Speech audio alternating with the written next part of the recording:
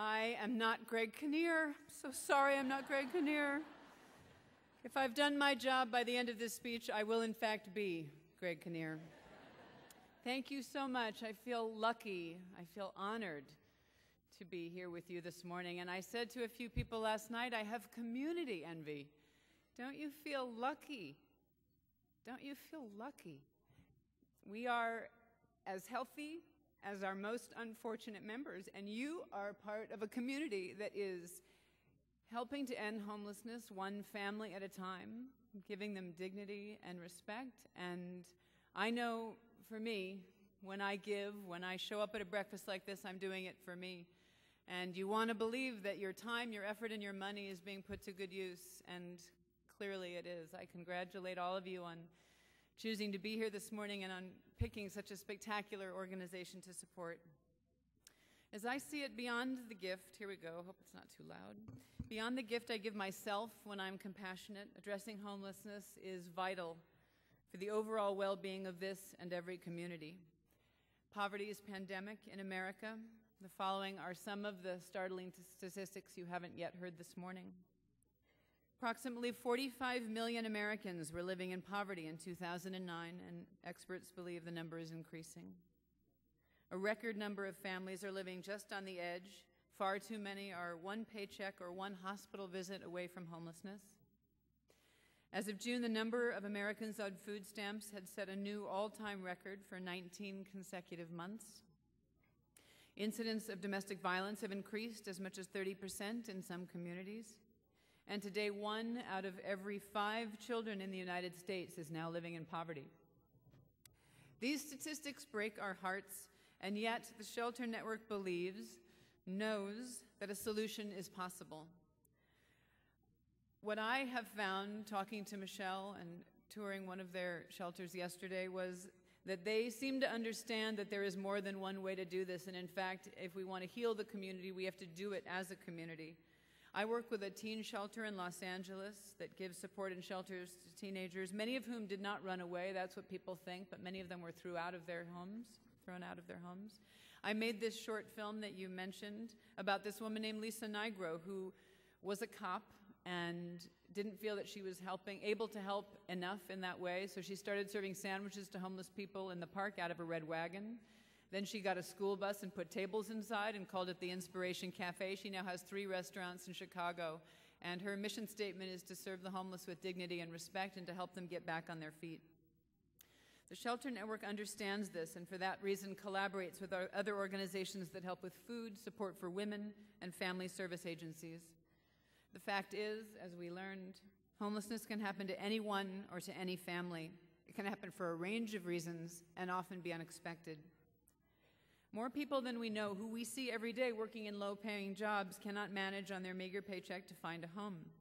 Children who are homeless struggle in school and often the experience of struggling in school challenges them later in life. So several years ago, I played a single mother in a movie called Pay It Forward, which was based on a beautiful novel written by Catherine Ryan-Hyde. And in the movie, I had a son named Trevor who was played by Haley Joel Osment. He was given an assignment in his class to devise and put into action a plan that would help change the world for the better. And this boy, Trevor, came up with a brilliant charitable pyramid scheme, basically, that was based on good deeds rather than profits. And he called the plan Paying It Forward. So in this movie, his first good deed was to let a homeless man live in our garage. The man paid the favor forward by doing car repairs for my character and by standing with a suicidal woman until he could help talk her off of the ledge. My character pays it forward by reaching out to her own mother, who was homeless. So this simple idea in this movie that some people liked and some people didn't was a catalyst for a global movement of good deeds. But it has been 10 years, and even though at that time we thought the movie was incredibly pressing and relevant because we were all struggling, those are now the good old days. I think people need to be reminded of the potential benefits of paying it forward again. If every one of us in this room today committed to doing at least one good deed a week, It would inspire others, and the ripple effect would be transformational beyond our wildest dreams. And if some of those acts were in support of those struggling to find a place to live, we'd heal ourselves and our communities all at once. President Obama's Opening Doors plan is designed to prevent and ultimately end homelessness within 10 years. He said, "It is simply unacceptable for individuals, children, families, and our nation's veterans to be faced with homelessness in this country." In his letter announcing the plan, he said the following: "Since the founding of our country, home has been the center of the American dream. Stable housing is the foundation upon which everything else in a family's or an individual's life is built. Without a safe, affordable place to live, it is much tougher to maintain good health, get a good education, or reach your full potential." So now, I'd like to talk about Shelter Network a bit. I had the privilege yesterday of touring Shelter Network's First Step for Families. All I can say is wow. Maybe all of you already know how beautiful it is, what a nurturing outdoor and indoor facility they have for kids of different ages, computer terminals for the big kids, art supplies for everybody. When you pull up, the first thing you see is a wall of big wheels and scooters and bikes. This is not what I was expecting. Not only is the facility beautiful, but the staff and the volunteers, even the residents, were incredibly impressive. I got to meet Dwayne and Robin, who are the 4-year-old twins of the couple that you met there. They were unspeakably adorable. And I got to see the on-site child development center where they get to play while their parents are at work. I was very impressed when I was invited to come here today by Shelter Network's success rate, and I read 80% on the website, and then somebody handed me something that said 90%, and I said to Michelle, "Are we selling these breakfast eaters a bill of goods? Am I supposed to say 90%? Is it?" And she said, "Well, actually, it's 93%. I've never heard of anything like that.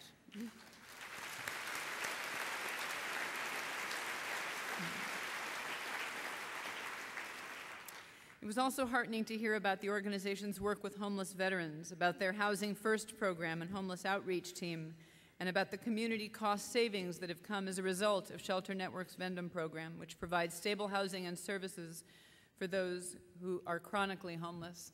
Michelle also described yesterday to me a program they have in place for people who are on the brink of homelessness, because once that happens, there's a first and last month's rent that has to be come up with, and the hill gets much steeper.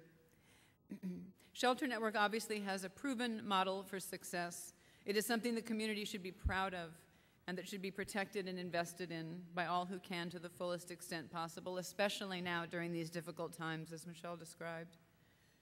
As Christine pointed out earlier during the Fund to Need, we can all make a difference in the lives of those facing homelessness. And all I can say is, if you haven't given, give. If you've given, give more. And I just try to imagine how we will all feel when we drive away from here this morning. And if we gave even more than was comfortable to give, my guess is that our drive to work and our drive to finish our day and pick up our kids will be brightened by the fact that we gave more than we were planning to when we drove here this morning.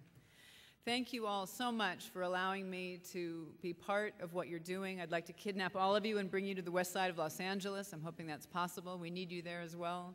And I hope you feel as proud and as lucky as I do to get the chance to support such an incredible organization. Thank you so much.